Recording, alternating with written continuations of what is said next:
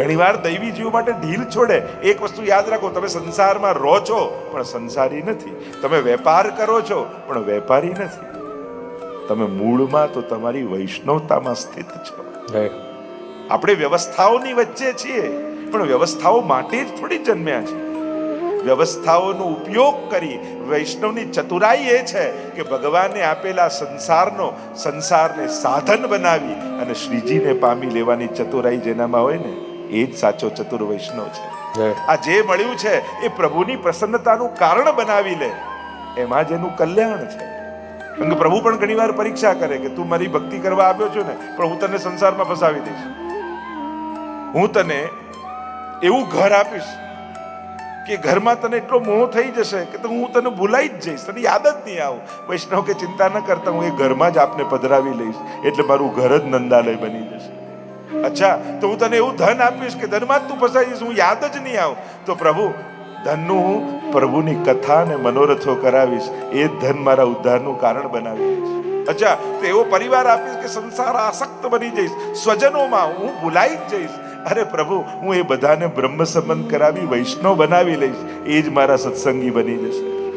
તો ભગવાન આપે છે સંસાર, અને ચતુર વૈષ્ણવ એ સંસારને પણ સાધન બનાવી પોતાની ઉદ્ધારના કારણ બનાવી લે છે.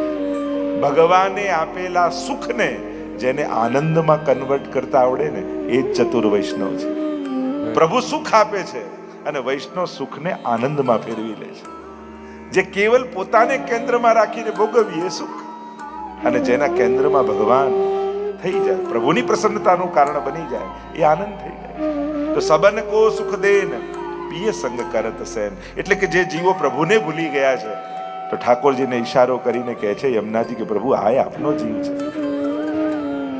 એમ કરી ચર્ચાઓ તો ઘણી. ચિત્ત મેં તબ પરત ચયન જબ હી બોલે, અને જ્યારે બોલે ત્યારે ચિત્તમાં હૃદયમાં આનંદ વ્યાપે છે. અતિ હી સુખ કરન દુઃખ સબન કે હરન. તો અતિ હી સુખ કરન, એવા શ્રી યમુનાજી કેવા છે? અતિ હી સુખ કરન છે. પર સબ બાત ઇનકે આ, એક હોય છે સુખ કરન અને બીજું હોય અતિ હી સુખ કરન. યમુનાજી બંને આપે. સંસારના સુખ માંગશો તો એ પણ આપશે, પણ અતિ સુખ કયું છે? જે સુખ શાશ્વત હોય એ અતિ સુખ છે. તો ઘણી વાર કહું ને, ભેગું કરેલું એને જ કહેવાય જે ભેગું આવવાનું હોય. આપણે એવું ભેગું કરીએ છીએ જે મૂકીને જવાનું છે. વિચાર કરજો, મેં જીવનભર પરિશ્રમ કરીને એવું કંઈક ભેગું કર્યું જે મારી ભેગું આવે. હંમેશા જીવનભર ઘણી વાર પુરુષાર્થ કરી, મહેનત કરી, આપણે બધું જ કરીએ જરૂરી, પણ એ આપણા ઉદ્ધારનું કારણ બને એનો પ્રયાસ કરો. કેવલ ભોગનું કારણ ન બની જાય, ક્યાંક આપણા બંધનનું કારણ ન બની જાય, એની પણ સાવધાની રાખવી. એટલે જીવનમાં સત્કર્મ, ભક્તિ, આ બધું અને બધું ભેગું જ થાય છે. ઘણી વાર લોકો કહે પહેલા બધું લૌકિક બધું ગોઠવી લઈને પછી અલૌકિક કરીશું. આવા વારા ફરતી કાંઈ થતું નથી. બધું ભેગું ભેગું જ હોય છે. પછી એક વ્યક્તિ મળ્યા, મને કહેતા હતા હું કર્મ કરું છું ને આ મારા વાઈફ ધર્મ કરે છે. બધું આવું છૂટું ના પાડશો, ધર્મ અને કર્મ ભેગા જ રાખો. કર્મ કરતા કરતા તક મળે ને ત્યારે ધર્મ કરી લેવા. પણ એવું પ્લાન કરશો કે ના બધું થાય, રિટાયર્ડ થાવ પછી આ કરું, પછી કાંઈ થતું નથી. શરીર ચાલતું હોય ને ત્યારે જ બધું થાય. એટલે જ જ્યારે શરીર સારું ચાલે છે ને, યાત્રાઓ કરી લો, મનોરથો કરી લો, ઉત્સવો કરી લો, કથાઓ કરી લો. કારણ કે જ્યારે શરીર નહીં ચાલે તો કંઈક સારું યાદ કરવા માટે રહેશે. નહીં તો બેઠા બેઠા યાદે શું કરશો જ્યારે શરીર નહીં ચાલે તો? ઘણા મોટી ઉંમરે કહે ને આખો દિવસ ખરાબ, તો ખરાબ જ વિચાર આવે ને. સારા વિચાર આવે એવું કંઈક ભેગું કર્યું છે. એટલે સારા સંસ્મરણો ભેગા કરવા જીવનમાં, સારી યાદો ભેગી કરવી. કારણ કે જ્યારે મોટી ઉંમરમાં શરીર નહીં ચાલે ત્યારે આ યાદોના સહારે જ દિવસો કાપવાના છે. અને સારા સંસ્મરણો ભેગા હશે તો ઘડપણ સારું જશે. અને સારા સંસ્મરણો ભેગા નહીં કર્યા હોય અને શરીરે નહીં ચાલતું હોય તો ઘડપણ બહુ આકરું બની જશે. અને એટલા માટે જ્યારે શરીર ચાલે છે, સંજોગો સારા હોય ને ત્યારે સત્કર્મો કરી જ લેવા. અને સારા સંજોગો કોને કહેવાય? સૌથી પહેલું જેમાં શરીર તમારા સંકલ્પોને પૂરું કરવા માટે સામર્થ્યવાન હોય તો માનું સારો સમય ચાલે છે. કે શરીરથી દોડી શકો છો, તમે તમારા મનોરથો, તમારા સત્કર્મો, તમારા સુખ ભોગવી શકો છો. અમુક વસ્તુ અમુક સમય મળે ને તો જ એની મહત્તા છે. હવે તમારી ઈચ્છા હોય બહુ સારી કાર મારે વાપરવી છે, પણ તમે છે કે 80 વર્ષના થયા અને પછી દીકરાએ ગિફ્ટ આપી તો કામની શું? પછી તો નાનકડી કાર હોય મોટી, 4 જણા પકડીને બેસાડવાના હોય તો ગમે તેટલી સાકાર કરવાનું છે.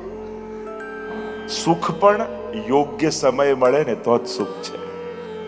સૌથી પહેલા શરીર ચાલુ તો માની લેજો કે સારો સમય. બીજું, તમારા સંકલ્પ પૂરા કરવા માટે ઠાકોરજી તમને સામર્થ્ય આપ્યું હોય તો માનજો કે સમય સારો છે, કે હમણાં સારો સમય ચાલે છે તો લાવ સત્કર્મ કરી લો. હવે તકલીફ એ છે, પુણ્યો ખર્ચ્યા વગર સુખ આવતા નથી. પૈસા ખર્ચીને સુખ નથી આવતું, પુણ્યો ખર્ચીને આવે. અને એટલા માટે જ્યારે સુખ ભોગવવામાં પૈસા કેટલા ખર્ચા એનો તો હિસાબ રાખીએ, પણ સુખ ભોગવવામાં પુણ્ય કેટલા ખર્ચાઈ ગયા એનો તો આપણે હિસાબે નથી કરતા. અને એટલા માટે પુણ્યોનો હિસાબ રાખ. એટલે આપણે ત્યાં એક ક્રમ શું હતો, કોઈ પણ સારો પ્રસંગ આવે તો પહેલા સત્કર્મ કરતા, બ્રાહ્મણ ભોજન કરાવો, ગરીબોને દાન આપો, ઠાકોરનો મનોરથ કરાવો. આ કેમ?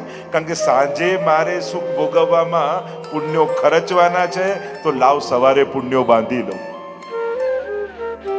કારણ કે પુણ્યોથી સુખ આવે છે. બાકી મહેનત તો દુનિયામાં રોડ પર કામ કરનારો મજૂરે કરતો હોય છે. જો મહેનતથી જ સુખ આવતું હોત તો બોસ કરતા રોડ પર કામ કરનારો મજૂર વધારે મહેનત કરે તો વધારે સુખી હોવો જોઈએ. પુણ્યોથી સુખ આવે છે. જીવનમાં ભેગું કરવા જેવું હોય તો 2 વસ્તુ, જ્યારે પણ પુણ્ય કરવાની તક મળે તો ગુમાવો નહીં. હમણાં ટાઈમ નથી, હમણાં આમ નથી, હમણાં પેલા બાર. તક છે. ઘણીવાર વર્ષોની સાધના ન તારે પણ ઝડપેલી તકો તારી દેતી હોય છે. એમ થાય તો 3 દિવસ તો 3 દિવસ, પણ મનમાં આવ્યો છે તો સંકલ્પ કરી લેવો. ના આપણે તો શાંતિથી 7 દિવસ કરીશું. એમાં 7 દિવસ છેલ્લે મળે કે નહીં કોણ જાણે. મનમાં ઉત્તમ વિચાર આવ્યો હોય અને સંજોગો અનુકૂળ હોય તો સત્કર્મોને ટાળવા નહીં. કારણ કે પછી શું, મનમાં ઈચ્છાઓ રહી જાય, સંજોગો વિપરીત થઈ જાય ને પછી નથી થતું. ઘણાને મેં જોયા છે, ટાળ્યું છે તો પછી ટળી જ ગયું છે. તો સમય અનુકૂળ સ્વાસ્થ્ય હોય, સામર્થ્ય હોય, સ્વજનો ભેગા હોય, એમ લાગે અત્યારે આખો પરિવાર કુટુંબ બધા સાથે છે તો સત્કર્મો કરી લે. કારણ કે સુખમાં સ્વજનો સાથે ન હોય ને તો સુખ પણ સુખ લાગતું નથી. એટલે જ્યારે એમ લાગે કે સ્વજનો સાથે છે તો સત્કર્મો કરી લે. સારો સમય ચાલતો હોય ત્યારે સત્કર્મોને ટાળો નહીં. પેલું કહેતા ને કે એક વ્યક્તિ 4 લાખની ઘડિયાળ ખરીદી, એનો મિત્ર આવ્યો, એને કહ્યું મારે 400ની ઘડિયાળ છે, તારે 4 લાખની ઘડિયાળ છે, બંનેનો ટાઈમ તો એક જ બતાવે છે, એમાં ફરક શું છે? ત્યારે પેલા સુખી વ્યક્તિએ કહ્યું, ફરક એ છે કે આ 400ની તારો ટાઈમ બતાવે છે, 4 લાખની મારો ટાઈમ બતાવે છે. કે મારો સમય સારો ચાલે છે, એ મારો સારો સમય બતાવી રહી છે. ફરક એ છે. તો જ્યારે સારા સમય ચાલતા હોય ત્યારે સત્કર્મ અને સદવિચારોને ટાળો નહીં.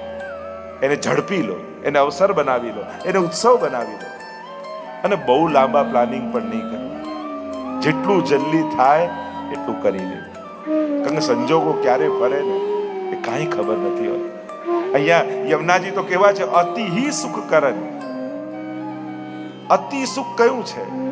તો કે જે સુખ ઈશ્વર પરક છે એ અતિ સુખ છે. જે સુખ શાશ્વત છે એ અતિ સુખ છે. નાશવંત વસ્તુને જ્યારે પણ સુખનું કેન્દ્ર બનાવીશું ત્યારે એક દિવસ દુઃખ આવશે. કારણ કે નાશવંત છે. કાં તમે નહીં રહો, કાંઈ વસ્તુ નહીં રહે, એ વ્યક્તિ નહીં રહે. પણ શાશ્વતને સુખ બનાવી લેશો તમારું સુખ કોઈ છીનવી નહીં શકે. કારણ કે તમે ઈશ્વરને સુખ. અને એટલા માટે વૈષ્ણવ છે ને એ ભગવાન પાસે સુખ માંગતો નથી પણ ભગવાનને જ સુખ માને છે. જેને ભગવાનને જ સુખ માની લીધું છે એનું સુખ ક્યારે છીનવાતું નથી. કારણ કે ઈશ્વર શાશ્વત છે તો તમારું સુખ પણ શાશ્વત થઈ જાય છે. અને જ્યારે નાશવંત વસ્તુને સુખનું કારણ બનાવો છો તો કાયમનું સુખ રહેતું નથી. તો અતિ ही सुख करन दुख सबन के हरन सब बात इनके हाथ नाम लेत ही कृपा करी तोले दरस कर परस कर ध्यान ही में धरे. દરસ કર, પરસ કર, ધ્યાન યમે ધરે. જો યમુનાજીના આ 3 પ્રકારનું આરાધન બતાવ્યું. દરસ કર, યમુનાજીના દર્શન કરવાના. દર્શન કઈ રીતે કર? જો આગળના પદોમાં આવશે, નૈન ભર દેખ અબ ભાનુ તનયા. આ આંખો ભરીને જુઓ, દર્શન કરવાનો એક વિવેક આપણે ત્યાં છે. 3 વસ્તુ છે: ભગવાનને જોવા, ભગવાનને મળવું અને ભગવાનને મેળવવું. આ 3 જુદી વસ્તુ, 3 અવસ્થાઓ છે. જોવા તો ઘણા જાય છે, ઘણા મળીને આવી જાય છે, પણ રાસમાં ગોપીઓએ મેળવ્યા છે. તો આપણે તો મેળવવા જઈએ છીએ.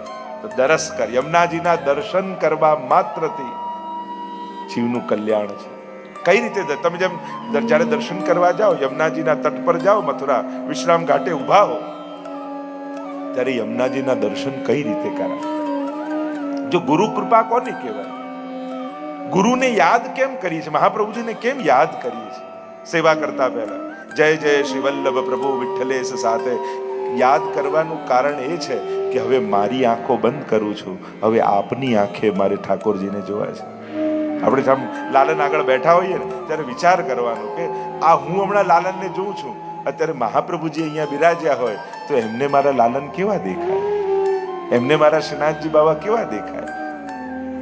તો શ્રી ગુરુદેવને યાદ કરવાનો અર્થ છે એમની આંખે પ્રભુને જોવા.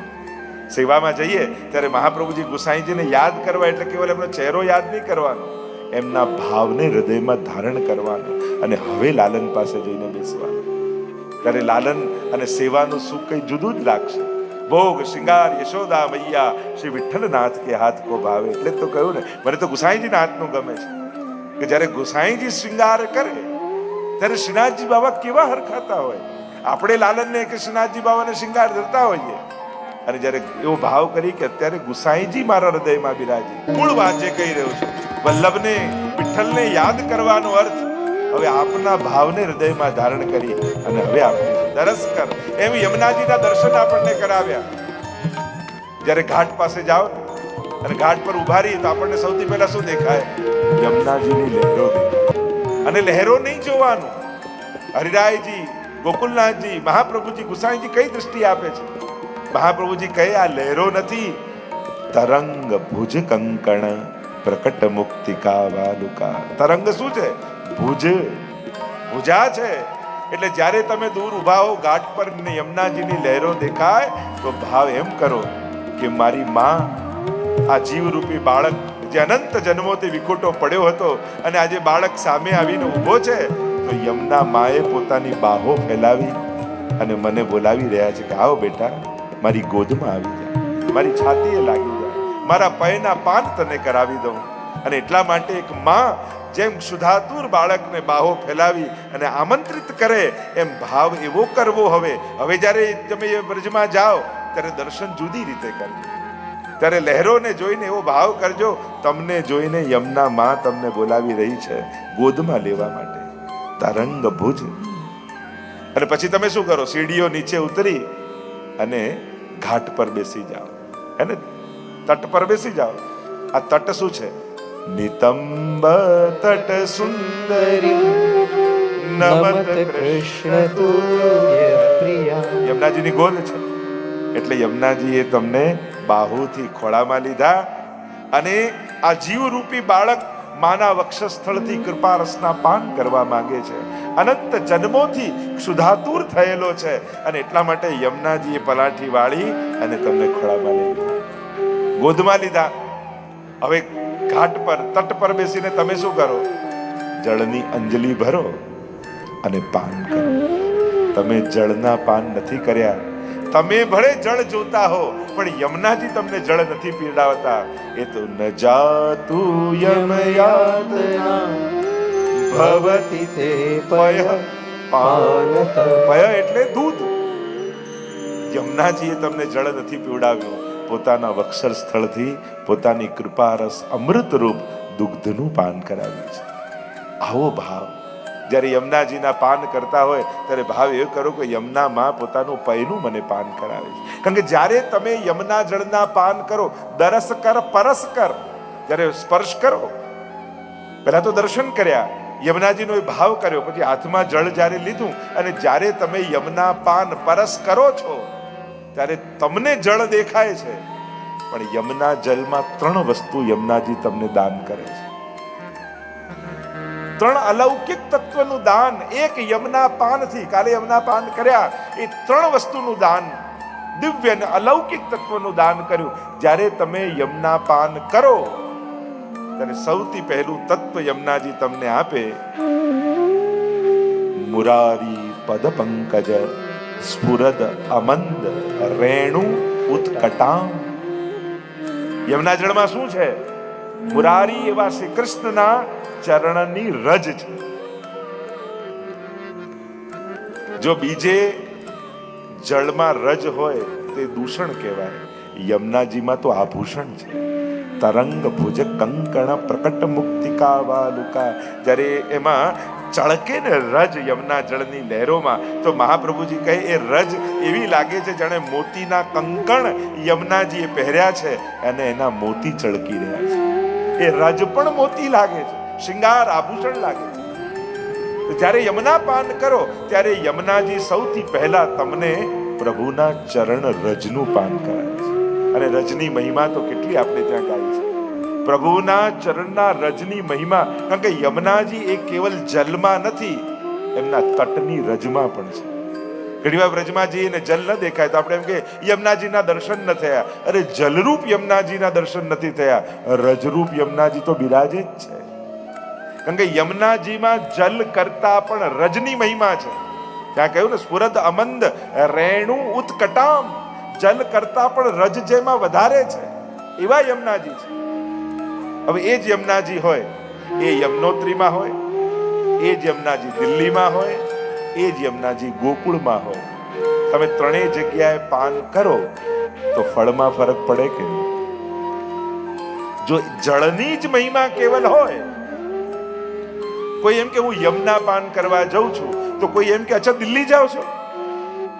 કોઈ પ્રશ્ન કરે છે કે દિલ્હીમાં યમુનાજી નથી? હવે તો સ્વચ્છ પણ થઈ રહ્યા છે. તો કોઈ એમ કે તમે દિલ્હી જાઓ છો? કોઈ પ્રશ્ન કરે છે? કેમ સમજી જાય છે કે વ્રજમાં? કારણ કે યમુનાજીનો જલનો પ્રવાહ યમનોત્રીથી નીકળીને ભલે જતો હોય આગળ, પણ યમુનાજીમાં ઘાટની મહત્તા છે. કયા ઘાટે પાન કરો એ પ્રમાણેનું ફળ જુદું. એ જ તમે વિશ્રામ ઘાટે પાન કરો, એ જ તમે ઠકરાણી ઘાટે પાન કરો, એ જ તમે ગૌ ઘાટે પાન કરો. જે ઘાટ પર પાન કરો, કારણ કે ક્યાંક એમનો આધિ ભૌતિક પ્રવાહ છે, ક્યાંક આધ્યાત્મિક પ્રવાહ છે, અને ક્યાંક આધિ દૈવિક પ્રવાહ છે. એટલે જ મહિમા ગોકુળની કેમ છે? ગોકુળની મહિમા જ એટલા માટે છે કે ત્યાં શુદ્ધ આધિ દૈવિક યમુનાજીનો પ્રવાહ છે, કે જે આદિ દૈવિક સખી સ્વરૂપે મહાપ્રભુજીને દર્શન આપ્યા એ યમુનાજી ગોકુળમાં વહી રહ્યા છે. એટલે મહિમા એનો વિશેષ રૂપે કહેવાય છે. એટલે યમુનાજીમાં ઘાટની મહિમા છે, યમુનાજીમાં રજની મહિમા છે. પ્રાચીન સમયમાં તો 84-252 વાર્તામાં જુઓ તો યમુનાજીની સેવા જેને જેને ગુસાઈજીએ પધરાવી, તો કોઈને જલ નતા પધરાવ્યા. એ તો જલનો મહિમા પછી આપણે ત્યાં લોટીજી સ્વરૂપે સેવામાં બિરાજતા યમુનાજી થયા. પણ કિશોરીબાઈ આદિની વાર્તામાં જુઓ તો યમુનાજીના રજ અને એ સેવામાં પધરાવે છે. અને કાત્યાયની વ્રત સમય પણ તમે જુઓ, ગોપીજનો જ્યારે કાત્યાયની વ્રત કરે છે તો કાત્યાયની દેવી બનાવ્યા શેમાંથી? કે યમુના રજમાંથી. અને રજમાંથી બનાવ્યા, અને એટલા માટે નંદ ગોપ સુતમ દેહી પુત્ર પતિમ મે કુરુતે નમ, અને એ મંત્રનો પાઠ કરતા કરતા પ્રભુએ વચન આપ્યું કે તમારો મનોરથ શરદની રાત્રિમાં પૂરો થશે. તો એ યમુનાજી કયા હતા? તો કે રજ. એટલે યમુનાજી કેવલ જલમાં નથી, યમુનાજીના તટની રજમાં પણ શ્રી યમુનાજી બિરાજે છે. એટલે જ્યારે યમુનાજીના તટની રજના દર્શન થાય તો એ પણ યમુનાજી છે. તો યમુના પાન જ્યારે તમે કરો છો ત્યારે યમુનાજી સૌથી પહેલું અલૌકિક અને દિવ્ય તત્વ તમે પાન કરો છો, એમાં છે ઠાકોરજીની ચરણની રજ. અને પ્રભુના ચરણની રજનો મહિમા ખૂબ કહ્યો. રેણુર મધુરા એટલે મધુરાષ્ટકમાં પણ કહ્યું ને. અને મધુર એટલે જે રસ કૃષ્ણમાં છે એ જ રસરૂપ રજ છે. એટલે કે યમુનાજી બે વસ્તુ આપે છે, રસ આપે છે ને રજ આપે છે. આ બંનેનું દાન યમુનાજી કરે છે. પ્રભુના ચરણની રજ આપે અને રસ પણ આપે છે. અને રસરૂપ પોતે યમુનાજી છે. શ્રી યમને રસખાન કો શીશ નામ. તો એ રજનો મહિમા અનેક પ્રકારથી. તો મધુરાષ્ટકમાં રેણુર મધુરો કહ્યું છે કે આ રેણુ પણ મધુર છે, રસરૂપ છે.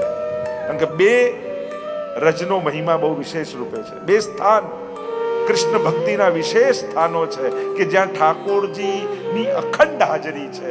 એક છે યમુનાજીનો તટ અને બીજો છે ગિરિરાજજીની તરેટી. તટ અને તરેટી આ બંનેનો મહિમા છે. એટલે ત્યાં પણ કહ્યું ને, વ્રજ રજ મેં લોટત ગોવિંદ કુંડ મેં નહીએ, તરેટી શ્રી ગોવર્ધન કી રહીએ. આ દંડવતીનો પણ ભાવ આપણે ત્યાં કે વ્રજ રજમાં આળોટીએ એવો ભાવ. વંદે દંડ વજસ્ત્રીણામ પાદ રેણુમ વિક્ષસ. પ્રભુની નિત્ય ત્યાં ઠાકોરજી ગિરિરાજજીની પરિક્રમા કરે છે અને પ્રભુના ચરણારવિંદનો સ્પર્શ એ રજને છે. અને જ્યારે એમાં આળોટીએ છે ત્યારે આ દેહ પ્રભુની વ્રજ રજનો સ્પર્શ કરે છે, ચરણ રજનો સ્પર્શ કરે છે, એવો ભાવ આપણે ત્યાં છે.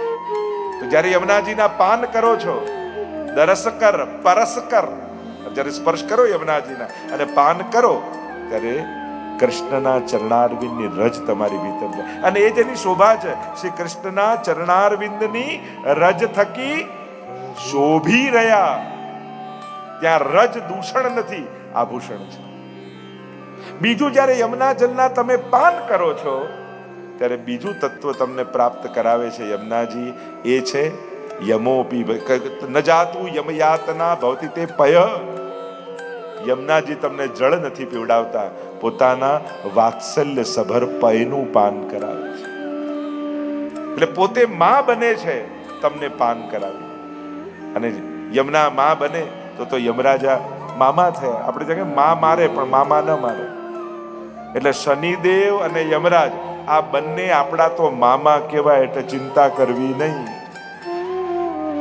શનિની દશા યમનાષ્ટક કરો. અહીંયા કહ્યું કથમહંતિ દુષ્ટાનપી, મામા થાય તો માં મારે પણ મામા મારે.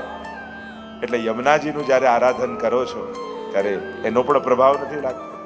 તો બીજું પયપાન કરાવે. ત્રીજું, જ્યારે યમુના જળના પાન કરો છો ત્યારે યમુનાજી ત્રીજું તત્વ આપે છે, સ્મર શ્રમ જલાણુ સકલ ગાત્ર જય સંગમ. યમુનાજીના જ્યારે પાન કરો, રજ પય અને ત્રીજું તત્વ જ્યારે પ્રભુ મહારાસ કરે અને શ્રમિત થાય, શ્રમબિંદુઓથી શોભતા પ્રભુ સમગ્ર ગોપીજનો સાથે યમુનાજીમાં પધારે.